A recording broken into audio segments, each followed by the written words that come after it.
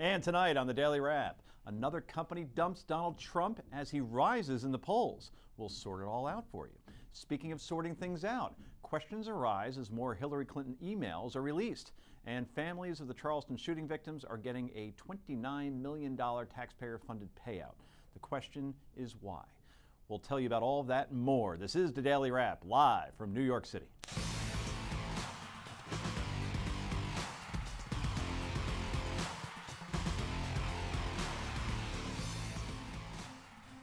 And welcome to the Daily Wrap. Rick clearly sending out to his thousands of Twitter followers, put on your television. Just checking the latest breaking news. Okay, that's smart. You know, we want to stay Always up to date. Yep. Well done, sir. And to his right, get back to your phone now. Check on that that horse race that we had that money on. Yeah. She is America's pundit and a Philly attorney. Heather Hansen joins us in a nice purplish thing going on. What would you describe it as, that color? I think it's pink. All right, we'll go pink. How do you feel about the clothing commentary? He is the assistant online editor for Commentary Magazine. Noah Rothman is back. It must be a Wednesday. All right, everybody, let's get right to the Daily Download.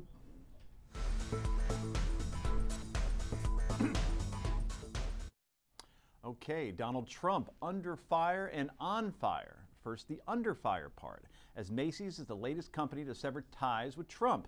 Why? For calling Mexicans immigrants drug dealers and racist and things like that. Trump says he was the one who ended the decade-long relationship with Macy's. In a statement, he says, and we quote, "Clearly, NBC and Macy's support illegal immigration, which is totally detrimental to the fabric of our once great country. Both Macy's and NBC totally caved at the first sight of potential difficulty with special interest groups who are nothing more than professional agitators." Noah has a smirk on his face. I'm sure he's going to love to talk about this one. Mr. Trump's immigration comments are certainly not the first controversial comments he's ever made. Why are we seeing such a backlash? While the millionaire may be taking a hit in the wallet, his stock is going up in the polls. A new CNN poll places him in second place behind Jeb Bush with a 12% of the vote in the 2016 matchup. That CNN poll finds Mrs. Clinton would easily beat Jeb Bush 54 to 41%. Rick, he is taking some big hits in the wallet. Obviously, the Trump brand may be heard. Noah's wearing a Trump tie right now. Admittedly, we'll get to that in a moment, but he's surging in the polls. What gives? Well, first of all, you know, I wonder if it would ever occur to Donald Trump that every now and then it wouldn't kill him to say, you know, Macy's pulled our line, and I feel kind of bad about it. Right. You know, what he did, we actually didn't do the entire quote. He came out and said, oh no, I asked Macy's to pull the line after they this. I mean, no, he didn't. They got petitions. 700,000 people signed a petition complaining about it. Macy's decided to do what they did. Trump says, well, I asked them to. You know, it's a small business. It's not significant. It would not kill him just to say, yeah, you know, I'm really sorry. I've had a great relationship with Macy's, and I'm sorry it came to this. But he can't do it. He never and does this that. Is why, this is why Trump, you know, he's getting this little bump because everybody knows who he is and he's famous. But we don't have to do anything to Donald Trump to get him out of the race. He will do it himself. The funny thing is about him, everything Rick said was accurate. But despite him making all these so-called mistakes, he is rising. You could say it's brand name, but his voice is rising above everybody else's. And the way he handles these things with Macy's, I find it amusing and somewhat effective, because whenever, like, say, the Daily News has a headline about him, he goes, they're going out of business, they're horrible, it's a bad paper, they don't have any advertising left. Like, he always attacks the messenger, and he never allows it to get to him. He creates his own Teflon. So I know he can't win. That's not going to work in a debate, by the way. It'll be entertaining. Yeah. And again, as you know, Noah knows that's our #1 goal here. Anyway, Heather, please speak, because I think that the reason he's rising in the polls is because people like what he says, at least in part. And they also like the way that he says it, that he does not back down and that he's not willing to sort of pander to different people. And there's a grain of truth in what he says. You know, in June, the Boston Globe did an expose about the fact that there are convicted rapists who are then let out of jail, and rather than them being deported back to their countries won't take them, and so instead they are being released back in the Boston Globe, which is a liberal paper. So there is a grain of truth that people read in real papers, and then they hear him say these things, and I think that it just adds to their conviction that there's something has to change, and maybe he's the only one that can do it. No, I think I know all politicians are salesmen, but this really is the super salesman meeting the politician. So the hyperbole is times 10. So you could fact check him like we have in the show and find that there are a lot of falsities in what he says. But it is resonating, which I find surprising. Where does the road, I guess here's the question. Where does the road end where the bump stops and he's no longer in second and he starts to drift down? Well, I think it stops when we start to learn who he actually is. As everybody's put their finger on is that this is largely the result of his name recognition and the fact that he is famous. Now we push back slightly on the notion that he's resonating because he's saying things that people want to hear. That is true of a certain segment of the grassroots conservative movement who will freely say he's saying things that we want to hear nobody else is saying. But if you look further into, for example, a Quinnipiac poll of Iowa that came out today, showed Donald Trump again in second place behind, I believe it was Scott Walker. If you dig into his numbers, his big support comes from who? Republicans who self-identify as moderate and liberal. That doesn't compute with his red meat shtick. It's all about his name recognition at this point. And once we find out what he actually says and what he believes and the fact that he really doesn't have any principles and will say whatever he can to get ahead, I think that support is going to head. That's all very true. One thing I just wanted to quickly add. He's polling at about, what, 10, 11% in these various polls. The difference between Donald Trump and these other candidates is he probably has reached his max. It's probably just 10%. So as others start to drop out and other candidates start going up from their 12% to 20, then 25, then 40, he's going to stay around 10%. That's what I love about these polls, because when you're at 15, you're at the top. Yeah. Because you're dividing it by There's too many 14 people, or even right. 16. Scott Walker, he leads an Iowa poll. It's amazing. He hasn't even declared yet. No. I forgot. I'm like, oh yeah, he didn't come out and say that he's actually One running of the for few president. left to say One of the it. few. Him and Kasich basically are the only ones left. I think Pete King said he wasn't going to run today, which was really disappointing. Yeah. So there you go. Well, Mr. Trump spoke exclusively with our own J.D. Hayworth in a special edition of Newsmax Prime, where he says he could beat Hillary Clinton if he gets the Republican nomination. She's got tremendous skeletons all over the place between the emails and all of the problems that she's got and has developed over years. I think she's very, very beatable. I don't think Bush will beat her, to be honest with you. I think that she will beat him, just like the last time a Clinton beat a Bush. I think it'll happen all over again. It's going to be a replay. Okay, and by the way, Newsmax Prime with J.D. Hayworth will feature more of that fantastic interview with Trump right after our show. Is Trump onto something here based on what you heard Heather Hansen? Well, I mean, listen, he's saying nothing any different than any of the other candidates will say as far as going after Hillary. If he thinks that he's the one that's uniquely qualified to beat her, I think that he is wrong. I think that he, as everyone has said, as things goes on, and especially after the debates, when people actually have to speak their mind quickly without any planned points, he's going to really fall to the bottom. Before we come to you, Iowa Congressman Steve King is standing by Mr. Trump's remarks. Let's hear him now. Well, I would say to Donald Trump, I appreciate the scrappiness of him when he's attacked by other people. He counterattacks and plunges forward, and he delivers more facts to support the statement that he's made. Now, it'd be nice if we could always talk nice about these things and couch these things in terms, but I've done that a lot, but I never get quoted, Chris. So sometimes you have to say it real plain so people understand it. And Mr. King is no stranger to controversy himself. He got into hot water a couple of years ago when he told Newsmax TV that Mexican immigrants have calves the size of cantaloupes because they're hauling 75 pounds of marijuana across the desert. Is Trump just telling it like he is, or is there more than what he's saying, Rick Unger? Well, let's just consider the source who just got behind Mr. Trump. I don't think you need to say any more. Words can't describe how I feel about Representative King. He's horrible. And if I were Donald Trump, I would not be thrilled to have his endorsement. Very well. Noah? I like Steve King. I think what he's saying here is that the conservative movement wants to see pugnacity. They want to see somebody who takes it to the mattresses. And Donald Trump is not the person to do that smartly. But they do want to see that, and somebody should be able to fill that void, I think, if they recognize that this is an opportunity. It's an interesting saying that you just said, taking it to the mattresses. I hadn't heard that. That's an idiom. It's an idiom. Thank you. See? Didn't invent it. I will take credit for it. Okay. It's the Donald Trump I think side. it has to go I guess to so. Francis Ford Coppola. All right, Heather, last word, 10 seconds. Listen, I think everyone has said it well. We're going to be tired of Trump sooner or later. We I know already you are. won't. But for But I now, with 500 days left, maybe we're not.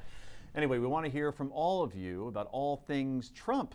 So go to newsmaxtv.com/comments and let your voice be heard. They're cheering in the control room. Please send some emails. More after the break. Please stay tuned.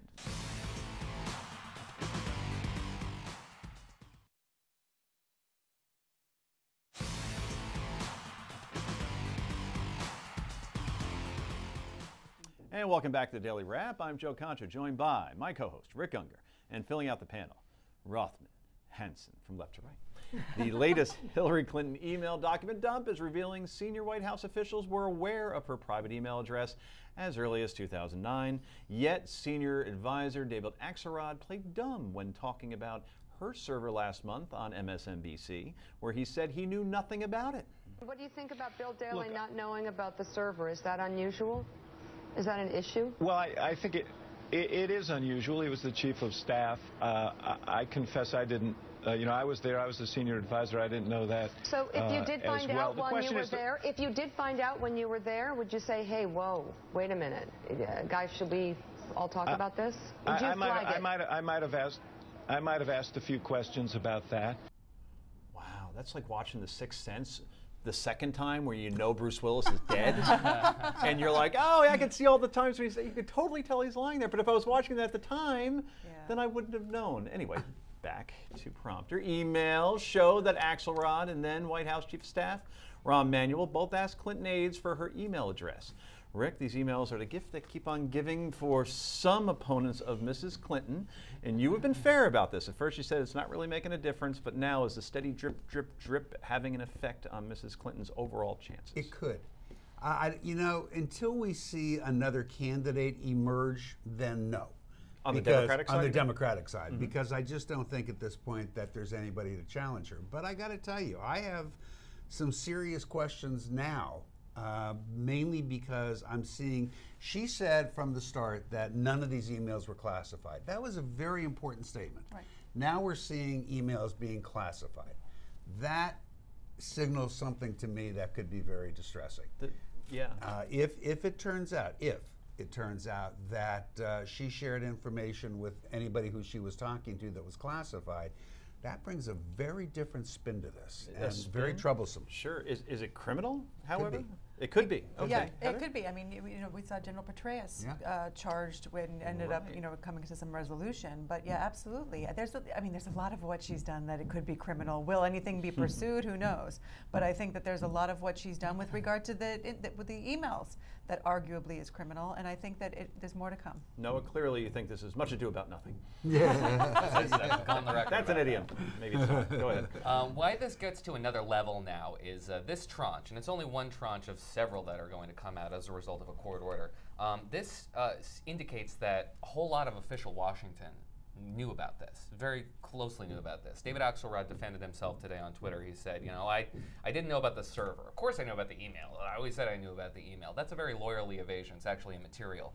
The issue here is that she was evading Information Act requests by keeping these on a private email, one of three that we're aware of now. We're talking about people who knew this include Axelrod, Senator Barbara Mikulski, John Podesta, Neera Tanden over at the Center for American Progress. There's probably a variety of reporters. There's probably a lot more to come. We don't know how many people knew about this email, but I think it was a lot more than we're letting on. And that's when it starts to become an issue. It's no longer Hillary Clinton's issue. It's Washington's issue. Rick, I think the issue is, and we talked about this before the show, that the people that could have all of the emails, including the ones that Mrs. Clinton supposedly purged, could be a foreign government that doesn't like us very much and could use it to blackmail. This has always been the concern, about the whole private server, is that if somebody got their hands on it, they could do a lot of damage in terms of blackmail. Look, I read an interesting piece today where somebody, and honestly I forget who it was, but it was somebody who mattered, basically said that they can't say if her server was more secure than the government's. It might be a little less secure, but we've learned that the government isn't all that secure either. Do you think people didn't know about the server, and therefore, in other words, no one really knew about it, right? No, but I'm not sure hackers need to know. I don't know how they go about doing it. It is touchy, but I'm even less concerned about that. I'm very concerned at this point about these emails that were not supposed to be classified, or this was the statement, turning out to be classified now. I'm very concerned about that. And as I said to you before the show, I said the good news is, if she is elected president, she has the power to pardon herself. Pardon me? She has the power to pardon herself. Pardon me?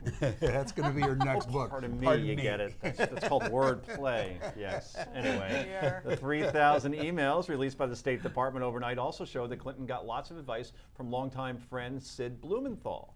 Meanwhile, dozens of emails released by the State Department last night are now being labeled as classified.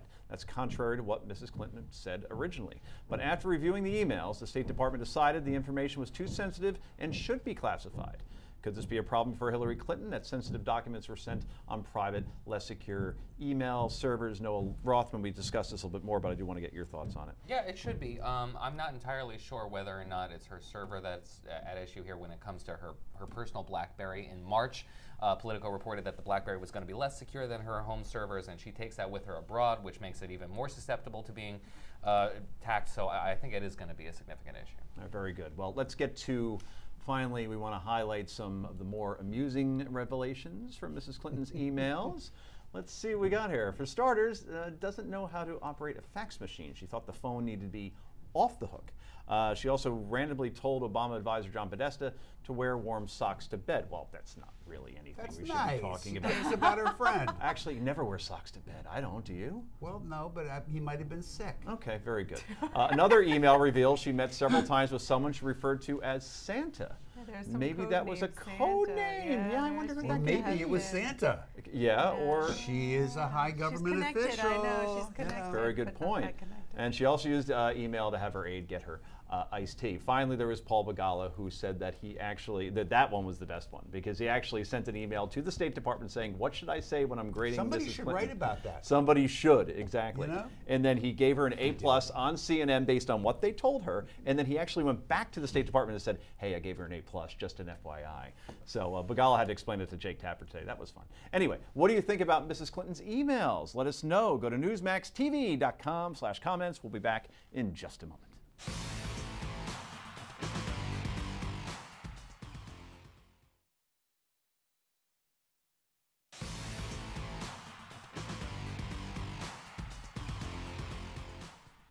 And welcome back to The Wrap. Well, 2 weeks after the Charleston, South Carolina church shooting that killed 9 people, there's word now that $29 million in victim aid is on a fast track. The payout is significantly higher than those given to victims of other recent tragedies. A little over $8 million was given to victims of the Boston Marathon terror attack, for example. Nearly $3 million was given to victims of the Colorado, that was the Aurora theater shooting during Batman at a midnight screening. And also $1.5 million was initially given to the families of the Sandy Hook Elementary shooting. So we want to tell you at home, this is a complicated story. And we want to make sure that we get it right the best we can, but I'm not sure, Heather, that this can be explained away in the 6 minutes that we have in terms of where the money comes from, and more importantly, how the amount is decided. Again, $29 million for Charleston, and then $3 million only for, say, the Aurora theater victims. Yeah, everything that I could read today doesn't tell you how it is decided, how much money is apportioned. It looks to me as though the money is taken from criminal fines, forfeiture, that type of thing. Mm-hmm. And so the money is then put together, and they apportion it out to people who are victims of crimes. But they don't give it to the people. From what I can tell, they give it to the states to then use for trauma care, legal care, socioeconomic support, and that type of thing. Trauma legal for the victims. For the victims and the families. Okay. What is not clear is why, if you look at the Boston Marathon, they were given $8.3 million. Why it would be so much more in this situation. Right. And the same thing with Sandy Hook. You know, you've got 20 children dead and 7 adults, and it appears that they were given 1.5 initially and then 14.3 million later. Mm-hmm. So there's something about this that bears more discussion and discovery. And it's just hard to figure. And Heather's got it exactly right as far as we can find out, and this is part of the problem. This is very odd. I don't know that none of the money gets to people who've been injured or their families. I don't know if some does. The problem is, and I'm having one of my conservative days, I'm afraid. but you know, we see this so many times. The story came out this morning. We all spend our time looking into the story so we can tell people tonight what it means. And you know what? We don't know what it means after a whole day. And if we don't, neither does anybody else. And I got to ask, why doesn't the White House, seeing that or the Justice Department, seeing that everybody's confused, send somebody out to explain it? It's not that hard. Right. And then we can explain to people who are thinking, why are they wasting our taxpayer dollars, or what's this money being used for? Fair questions, by the way, folks. Mm-hmm. We can explain it, which is our job, but yet they don't come out and clarify it. And I'll bet you they don't do it tomorrow either. No, and it didn't come from, say, a right-wing blog, left-wing blog. No. That Reuters originally reported on this story, and Reuters isn't seen as partisan in any capacity. So I guess the question is that the perception comes, and look, when I first saw this story and I saw 29 million, I said give them 290 million. These people went through a horrible thing. Until I saw the other numbers, I said, well, now wait a minute, there needs to be some sort of consistency. So I guess at least the perception, because it is so convoluted, is that the Obama administration is giving more money because these were black victims. Yeah, that's going to be the impression that I think a lot of people will get, and I think it serves the White House's interest to dispel that notion if it can be dispelled. The alternative is that politically it does benefit this White House to allow that kind of a sentiment to fester and not address it directly. When you look at the math, it doesn't make a whole lot of sense, as you said, to have these victims, however harmed they may be, and it's a substantial harm, and the whole community has been affected by this. But when you look at the Boston bombing, you had 200 plus people who were injured in that bombing, and their families, and their legal costs. So that monetarily doesn't make a lot of sense, and there is an element in this administration that is very interested in having Barack Obama be the black president, but Pierre very interested in reparative justice, social reparative justice. And I think that element might have something to do with this. I don't want to think that, but I do think that, and there should be something who addresses that. But Heather, I'm sorry, but I do think, I mean, to your point, Rick, this administration doesn't want to have to explain themselves. This is what's interesting, and you may very well be right. So you're going to see one of two things happen. Either the Justice Department will step forward and clarify this, or they won't. And if they don't, we're all going to be left with a feeling that maybe Noah's right here, right?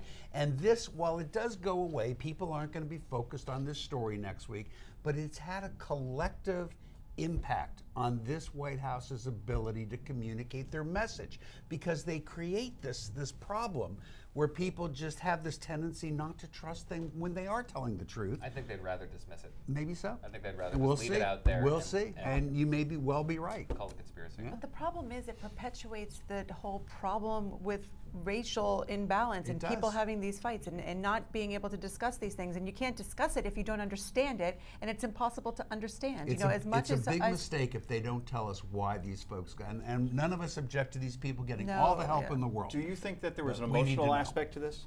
In other words, we only have 30 seconds, so give them what they need. Maybe. I mean, they were so wonderful that you feel like they deserve an award, but it just doesn't make sense. But if I'm a family member of somebody up in Boston or in Colorado, I'm a little emotional myself. Or even if your family got taken out by a serial killer, like what, that murder doesn't mean more? Right. I mean, because this was more politicized. The racial aspects of this might be a bigger legal issue. Absolutely. Maybe. Should Charleston be getting more relief funding than Sandy Hook, Aurora, or Boston? Newsmaxtv.com/comments. Let us know. Back in a moment.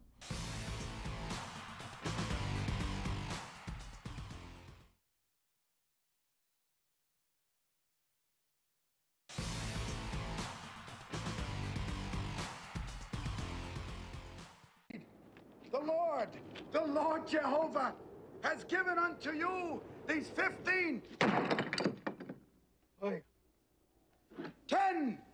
commandments for all to obey. That absolutely never gets old. Welcome back to the Daily Wrap. That was, of course, the one and only Mel Brooks in History of the World Part 1. There never was a part 2. No. Boy, what a mistake that was. But there's still time. Mel's only 87.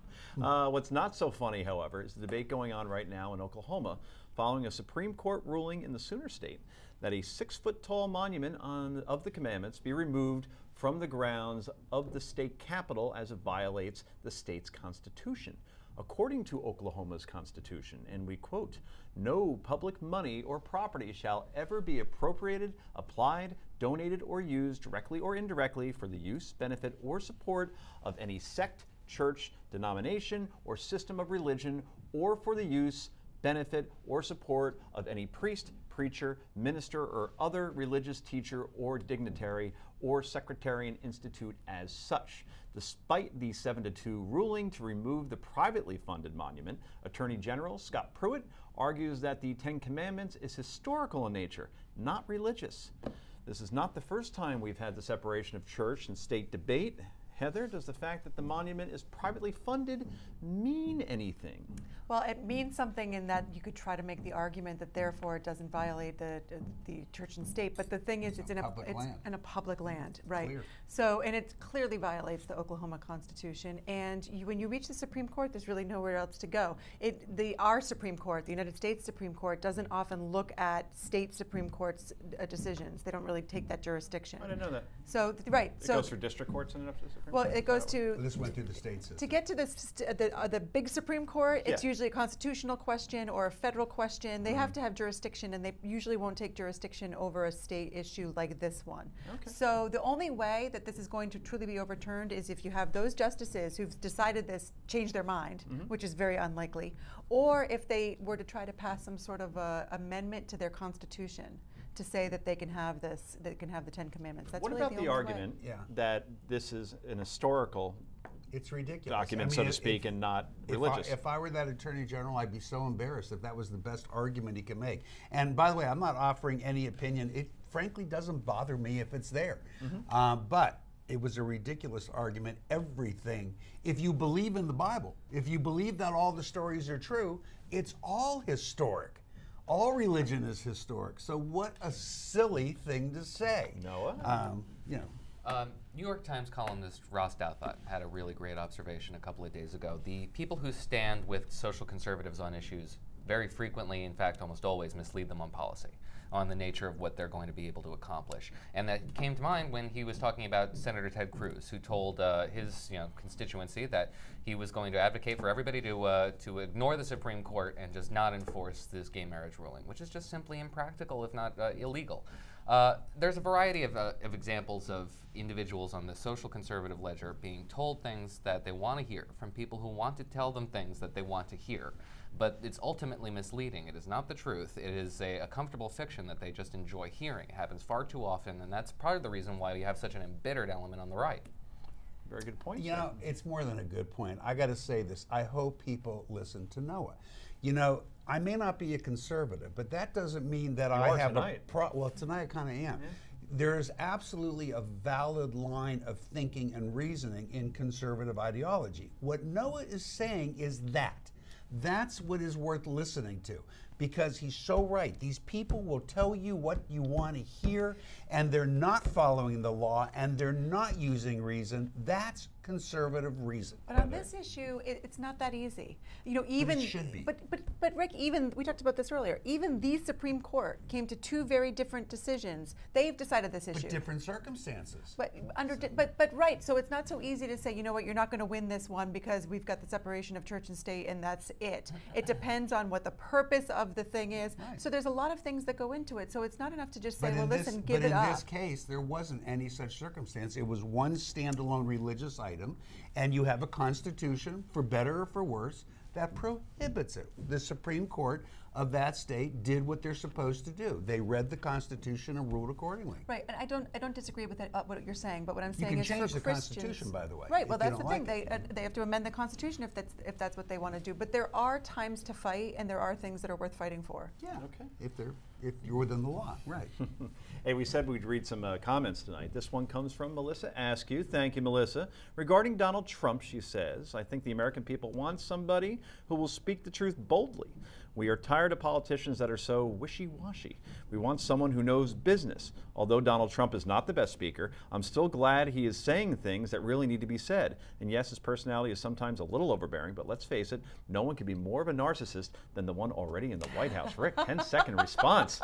Well, my biggest problem was with the first sentence where she said Donald Trump is, I'm trying to read it here, will speak the truth boldly. No, he's not speaking the truth. He is telling you what you want to hear, and it's not the truth. Okay, it's maybe not truth, but boldly. Anyway, but boldly. It's potluck time. This is Daily Wrap. Do not go anywhere.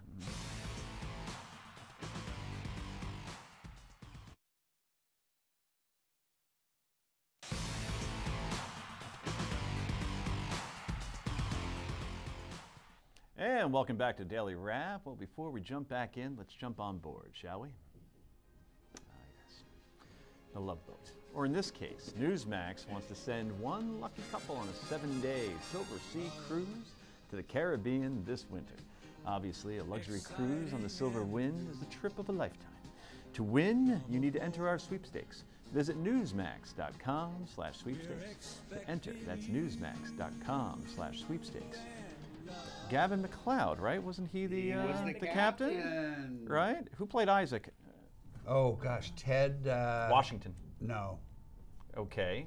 Who played? Was there a gopher on there? Yeah, Fred Grandy. Who became a congressman? Who became a congressman? A Republican, That's no right. less. That's right. Wow, Julie, interesting. I don't know her name. Julie Who played- McCoy was somebody. Little Vicky. Lauren Tweeds. Vicky. Lauren Oh, Tweeds. gosh. Yep. You're Okay. There it is now. Yes. So that show was on the 70s and the 80s. Enough of this. And I heard they're actually going to take it off the air because they hung a Confederate flag. Oh, see that?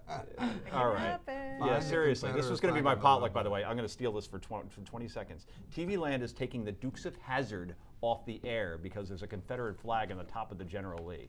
No joke. There is absolutely none racism in that show whatsoever. And for some reason, TV Land's saying it's got to go because of the General Lee. Can you believe we're actually at this point in our society where we're reacting like this? This is the problem. You do something good, and I felt that what was happening with getting the flag off state grounds was good.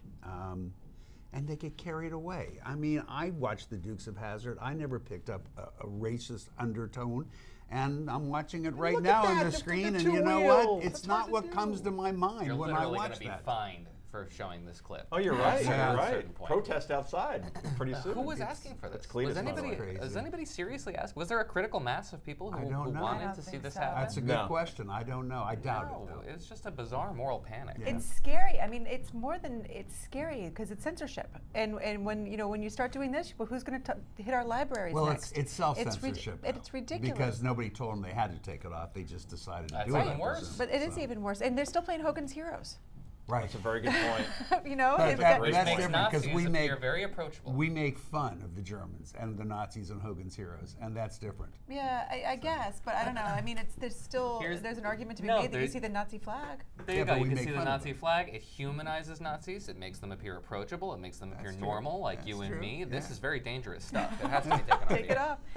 It's true. absolutely ridiculous. Yeah, I think It because is. It's crazy. Boss I agree. Hogg's full name was, and I watched it every Friday night, was Jefferson Davis Hogg. So that can't be But said not on as air. bad. I have to say, not as bad as Walmart dissing the flag, the Confederate flag, not allowed to do anything with it, and then making a cake with the ISIS flag. Yeah. That's just way worse. That I'm was sorry. the end of it, no question. Anyway, we're at Potluck, so thanks for joining us. We appreciate it. And our first potluck of the evening goes to who wants it? Anybody got it?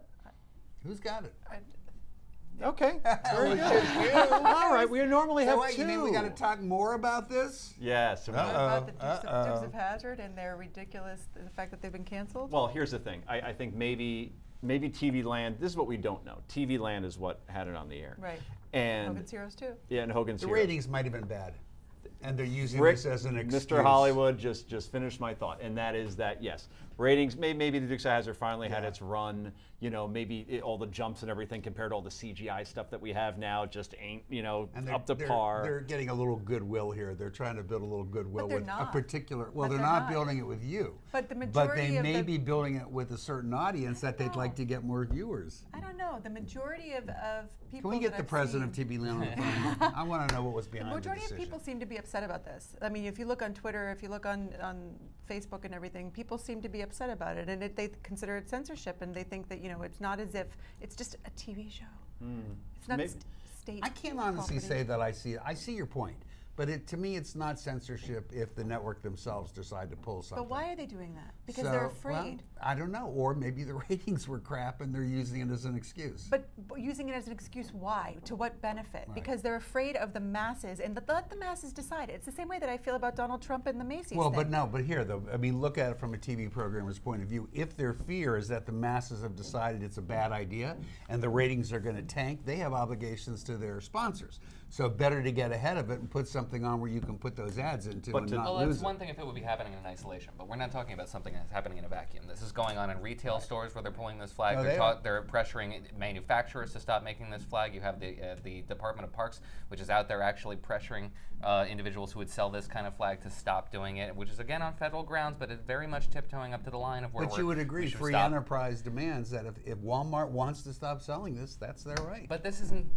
the free market saying this product isn't Selling. giving me a Selling, isn't giving me a return, so I'm going to pull this. This is the result of external pressure, which is being directed from above, from the government. It is very close to the line It's of where things scary. get. They're going to take it out of Maybe. stained glass windows Maybe. in churches. I mean, come on. Yeah, Confederate flags are selling exceptionally well online. Right, because Oh, a it's a- taboo has been created. Right. And it's a We collector's make these item. things more valuable. Right. Exactly. You So have it one, always you're kind of happens. the cool kid. If somebody's afraid that guns are in trouble, gun sales go up Somebody's Right. made the Confederate flag a Absolutely. free Yeah. speech symbol. Yeah. Yeah. Good idea. Absolutely. Okay, well, ode to the Dukes of Hazzard. Anyway, yay or nay is next. This is the Daily Wrap.